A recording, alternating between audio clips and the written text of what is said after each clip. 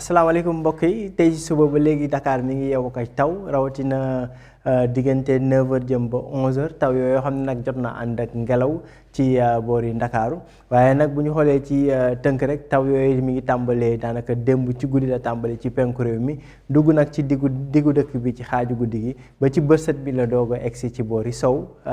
daanaka boori Diourbel Bambey Thiès Fatick ñoo njëkk am taw ci bërset bi bu ñu ñëwee ba boori 9h nag jàpp 11h ci la Dakar am taw yooyu le muy doon ay taw yu néew waaye yu ànd ak ngelaw lu bëri bu ñu xoolee nag ci guddi tey gi la des na tuuti taw ci dëkk bi waaye ëllëg dana dal bu baax balaa taw yi di ñëwaat nag ci àjjuma ci ngoon jëm ci weekend bi taw yooyu nag dana taw yu bëri la yoo xam ne ñu ngi koy séntu diggante àjjuma ci ngoon jëm nag ba ci weekend bi bu ñu jaalee nag ci tas xibaar googule tàmbale ko ci image satellite bi dañuy gis que ni asamaan si dana bëri niir loolee nag li ko waral mooy taw yi nga xam ne jot nañ ko am diggante démb ci guddi ak bërsetu tey taw yi niir yi nag dana fi desandi ci guddik tey gi le waaye bu ñëwee ba ëllëg dana tàmbalee leer bu baax ci alxames bi ñu xoolee ci guddik tey gi le jëm nag ba ëllëg ci suba niir yi dana fi desandi ci gox yu bëri ci réew mi danañ sax am taw yoo xam ne danañ ko yaakaar ci bëj saalumu réew mi boori Casamance waaye rawatina nag ci boori penku réew mi lu ci mel ni boori Kédougou Tambacounda jàpp boori Bakel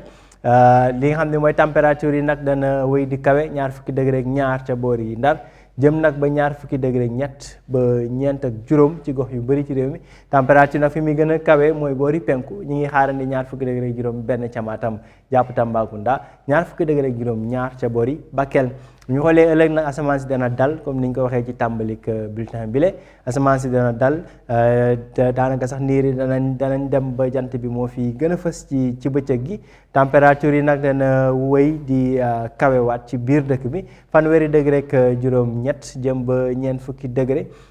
ci yenn goxu déggu réew mi waaye 40 degré ak benn sax ñi ngi koy séntu ca Tambacounda jàpp boori Linguère 40 degré ak ñaar 40 degré ak ñett ca Podor 40 degré ak ñeent muy température yi gën a kawe ñi ngi koy séntu diggante Matam ak Bakel boori sow nag température yi dana wéy di dal Dakar ñu ngi fay xaarandi 20 degré ak ñaar ca Thiès 20 degré ak juróom ñeent ca boori Ndar bu ñu xoolee nag asamaan si dana dal bu baax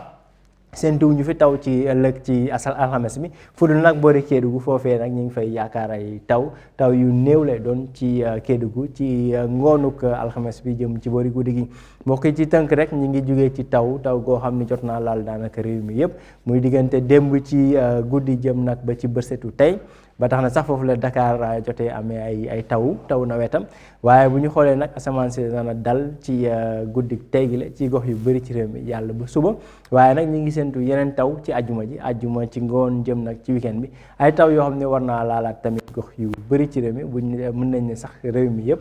tàmbalee boori penku jaar ci diggu réew mi bët Saalum jëm ba boori sow mooy maanaam Dakar ak li ko wër mbokk yi li ma doon xibaar yi ñu jox leen dig daje ba ëllëg ci yeneen xibaaru météo jërë ngeen jëf